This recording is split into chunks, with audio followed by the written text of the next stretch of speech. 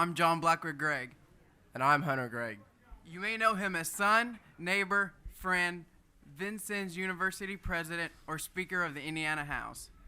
We know him as Dad, the guy who cooks our breakfast and makes me eat whole wheat toast instead of white bread, the guy who cooked hamburgers at our school football games.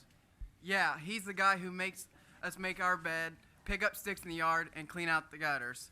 But he's also the guy who coached our Little League team right over there where we actually won a championship. And we know him as our dad who makes sure we're at church, taught us manners, and cut our cable TV.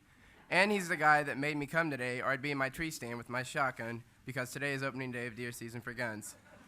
So let me introduce to you our choice for the next governor of Indiana. Our dad, John R. Gregg.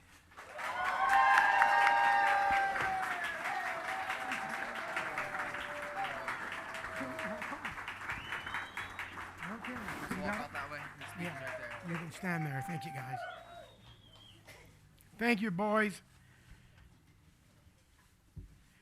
I want to thank John Blackwood and Hunter. I want to thank everybody for being here. This is a crowd that we're not used to seeing in Sandborn on a Saturday morning. We probably more than doubled the attendance as I look here. I want to introduce my mom and dad who are over here, Don and June.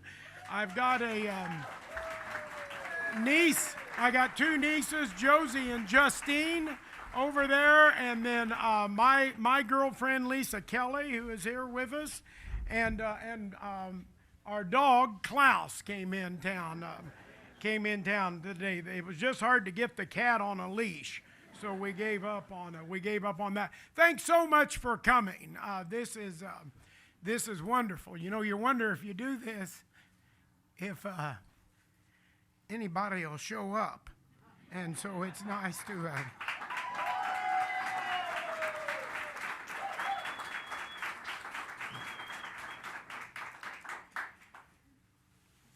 One of my standard lines is that in our family we all cry, and we cry when we get new floor mats or the carpets clean. So you'll forgive me for the emotion today, but it's a great day. It's a day that a year ago that I would never have planned on or thought would have been here.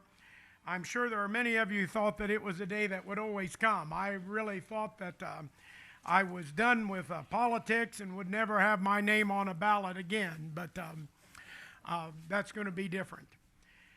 Growing up here in Sandborn, it's odd that we're standing right here because this is where my school was, and I figure that we're just about standing somewhere where the back end of the fourth grade was, a room that I sat in with one of the three really great teachers that I had.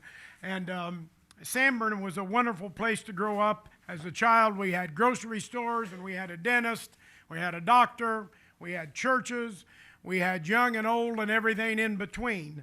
But the idea of a community is not just unique to a small town. You can have the same thing in a neighborhood in Evansville or Gary or in New Albany or Connorsville. It's a sense of community that we all belong. And I look out here and I see many that help us make up this community.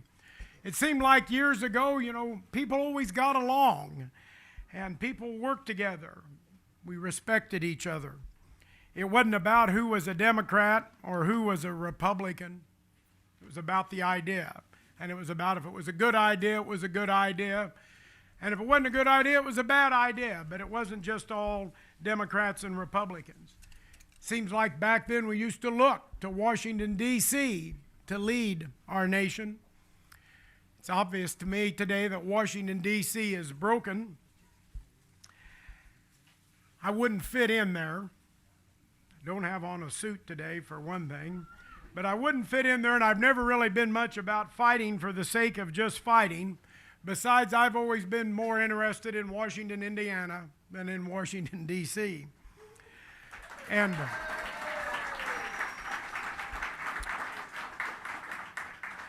all of that arguing, all that fussing and fighting, all that almost childish behavior, I wasn't taught that way. We were taught to get along. We were taught to respect.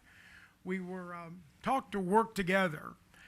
And was taught that really in part by not just my parents and the people in Sandborn, was taught that in the schools. And I had three really what I considered great teachers. I had a lot of good teachers, but I had three really great ones. I had a woman named Catherine Andis who taught me here at Sandborn, who's been gone a few years. I had my next door neighbor who was a woman by the name of Dorothy Lawless, who would strike fear in the hearts of unprepared math students in high school. And my third one's here today. A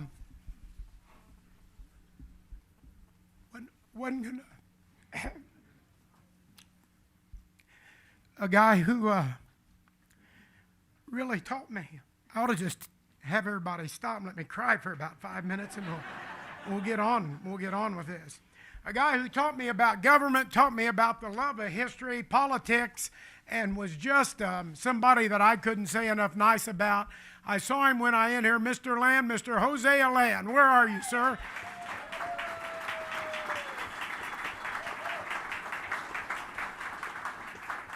He taught me here at Sandborn in junior high school, where we had history, health, political science. He was also one of my coaches.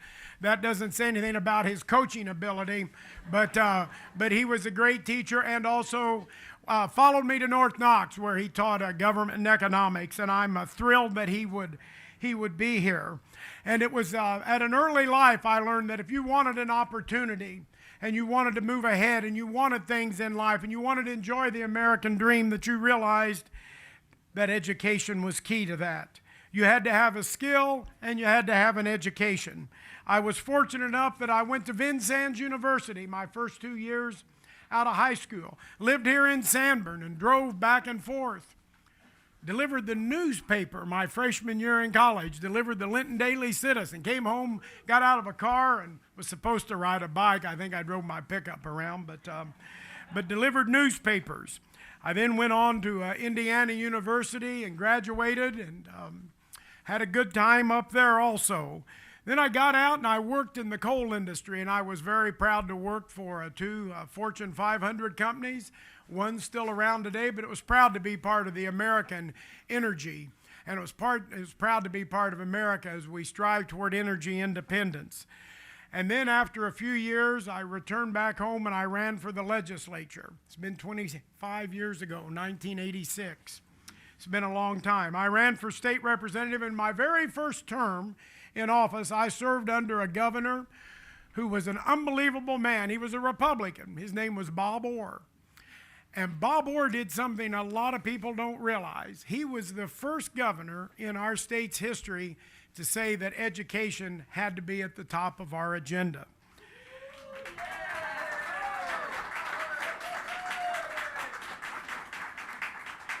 Interesting, what a lot of you may not know, Governor Orr was the oldest governor in the entire country at that time. And he was also, I believe, the oldest governor in the history of our state.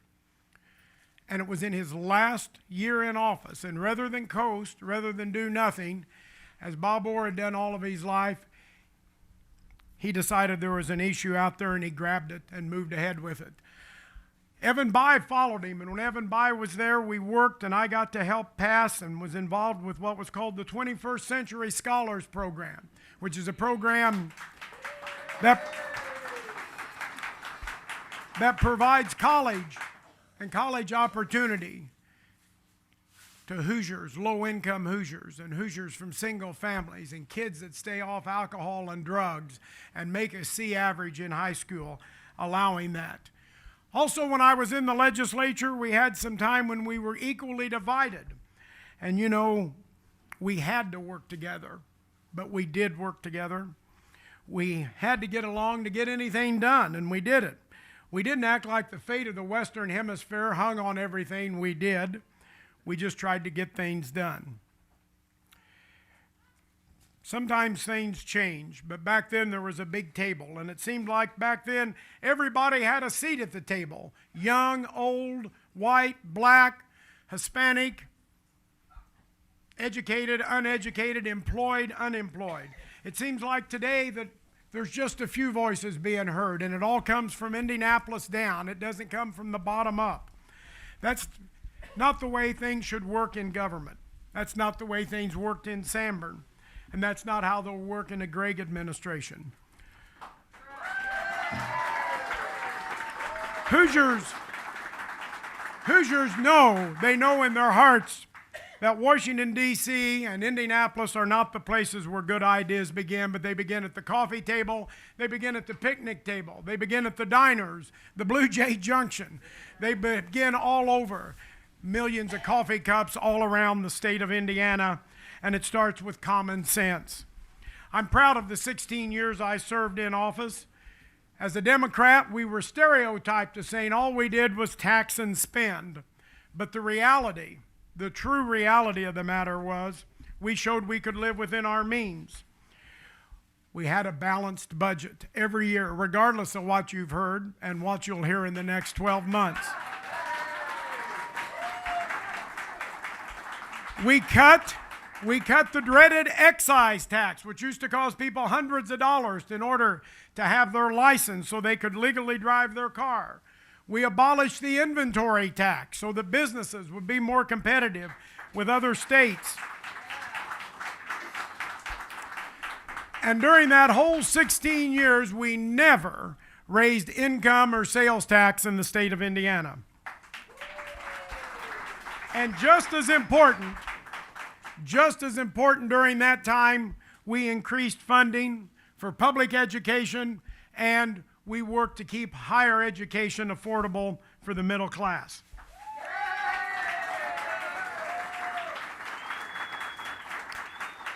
I left state government, and I was proud of those accomplishments, but I was more proud why I left, and I'll try to keep from crying. I left because of these two guys. I wanted to be involved in their education. I wanted to participate in their school programs, their after-school programs, their sports activities. I sat through a lot of soccer games, still don't understand the sport. But I saw as a Hoosier,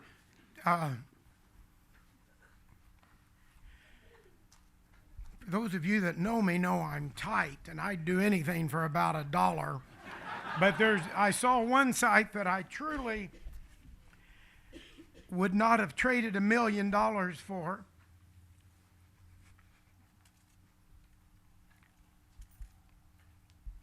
When I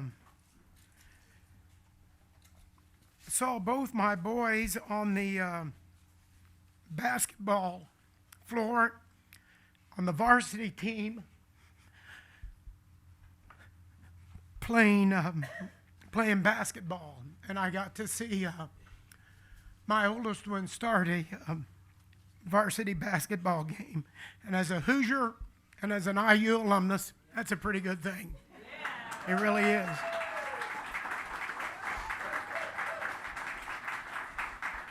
I was banned from helping them with their homework because of my draconian schedule.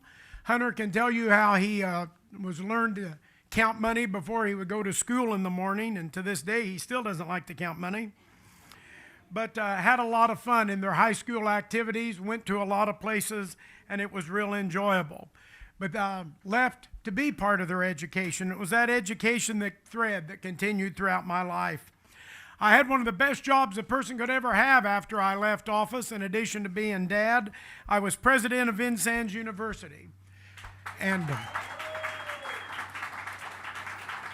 during 2003 and 2004, working with students and a faculty and a staff of nearly 1,000 people, we helped the university grow. We helped the university begin to offer 4-year degrees. We helped students become better prepared for public service and for the job market. And now, 10 years later, I'm returning to public service. I'm not coming to this race as an insider caught up in all the political melodrama we've all had to stomach for the last few years. I'm not a career politician.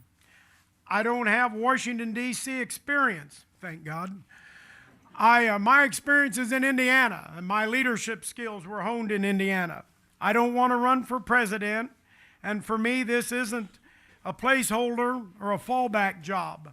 I'm about ideas. I'm about ideology. So, I'm coming to this as a father and an educator who happens to know how the state and the capital and the legislature and the state budget know how it all works. And when I get there, we're there to get things done. So today, from the only place I've ever called home, Indiana, if I can quit crying long enough, I'm announcing for governor.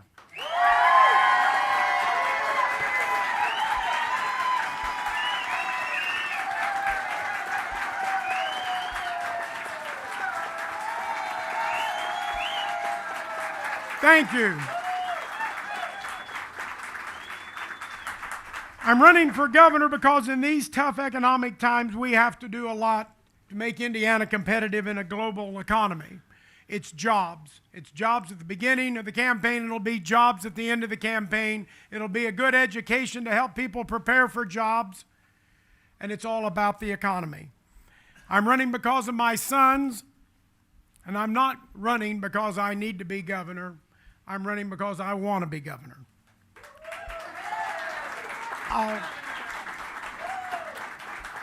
I'll concentrate on jobs and Indiana. We'll cut red tape to give small businesses access to loans to hire Indiana workers. We'll cut that red tape that makes it difficult for them to move and navigate through state regulations and state government. We will require that state contracts go to Indiana businesses.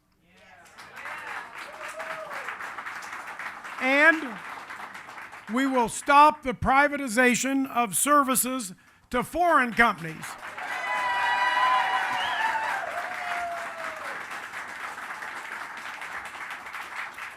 We will work with our neighbors in Illinois and Kentucky, Michigan and Ohio, and all over the Midwest in an alliance so we can work together to compete against China and India. We got to remember we're no longer competing Bedford against Bloomington or Sandborn against Shelburne or Gary against Evansville, competing in a worldwide economy. And we've got to work together to do that. And we've got to work with our delegations in Congress because there's a real mess of things. We're not talking about just the national budget and the spending, but we're talking about the unfair trade deals that have cost Indiana jobs, that have left our automotive communities and our steel-producing towns nearly deserted, and education costs that have cost our children their future. We will no longer surrender any jobs from the state of Indiana to a foreign country. And we as Hoosiers, and I can assure you that I will never vote to kill the Indiana automotive industry and see to it that tens of thousands of Hoosiers are out of jobs. In essence, we'll put Indiana and Indiana businesses first.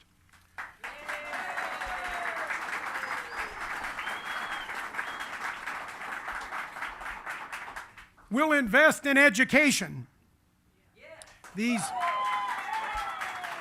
These education cuts have been devastating.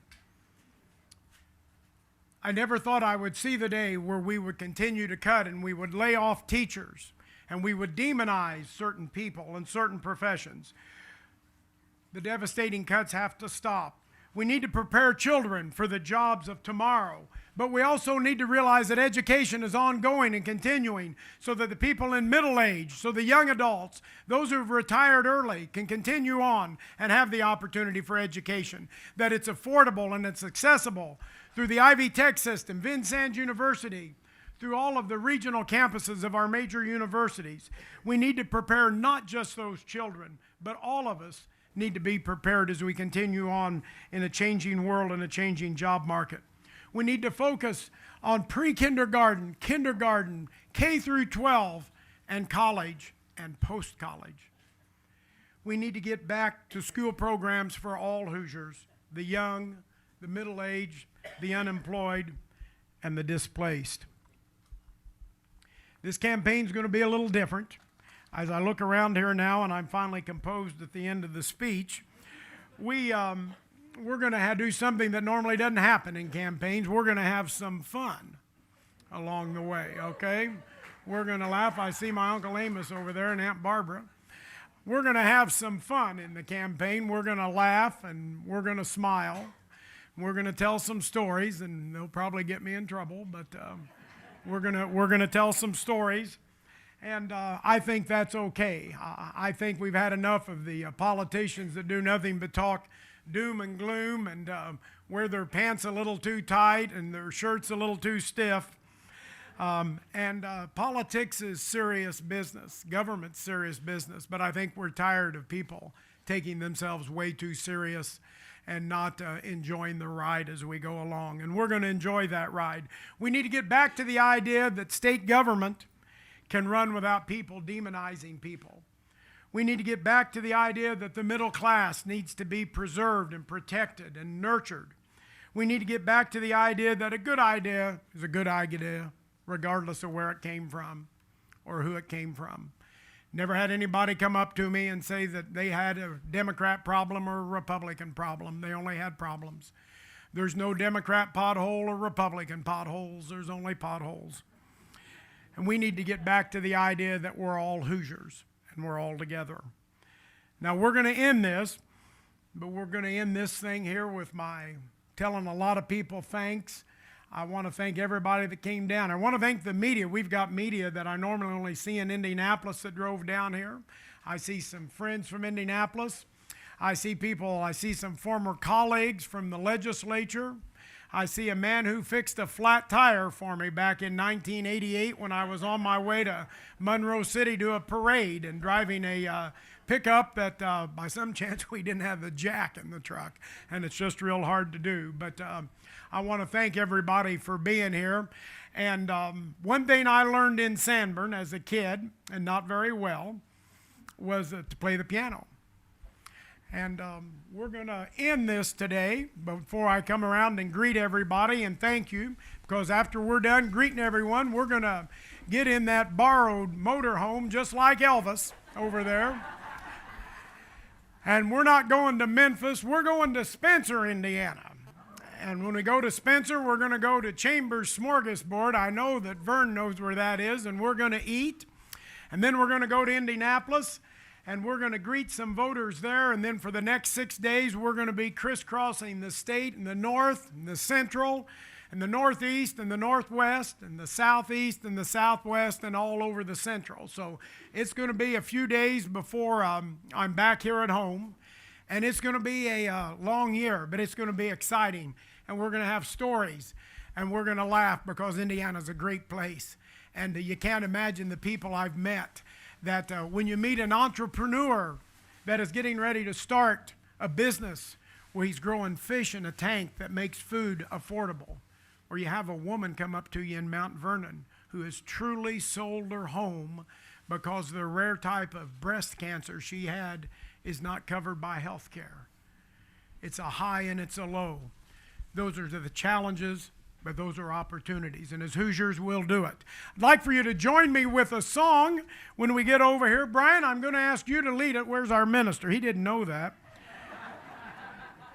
And I got to get my glasses on. That's one of the type was big enough we didn't have to do that. But I should have left them on. I know they're somewhere here, but I have to have them to do this. So we're going to sing a song to remind everybody why we do this and what's special about this country. So Brian, I'm going to play this twice and you're going to lead them through it. It's called My Country 'Tis of Thee.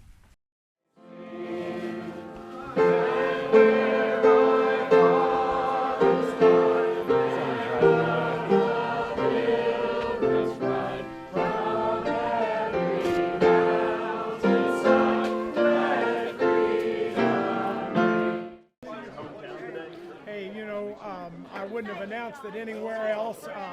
Everything I am, I owe to our state and growing up in a community. You know, whether it's a neighborhood in Terre Haute or a small town like Sandborn, it's those friends, it's those neighbors, it's all those people that help make you the person that you are today. And this was a great place to grow up and to see as many people that are in the town here. It was just great. We go from here to Spencer, and from Spencer we go to Indianapolis to a couple events, and then tomorrow we're going to church in Indianapolis, then we go to Kokomo, then South Bend, and then Fort Wayne, and we're on the road until next Saturday. So we're looking forward to it. Well, our message was just real simply, as I've been traveling around the state for the last 10 months, all Hoosiers want to talk about is jobs. They're tired of fussing and fighting and the gridlock that they've seen in Washington and Indianapolis, and they want people to work together. And it's about jobs. That's what they're 100% interested in. Jobs, and continuing to have an education that trains people for jobs, the workplace, and a changing environment. And that's what this campaign is going to be about. Our Father's God. Our Father.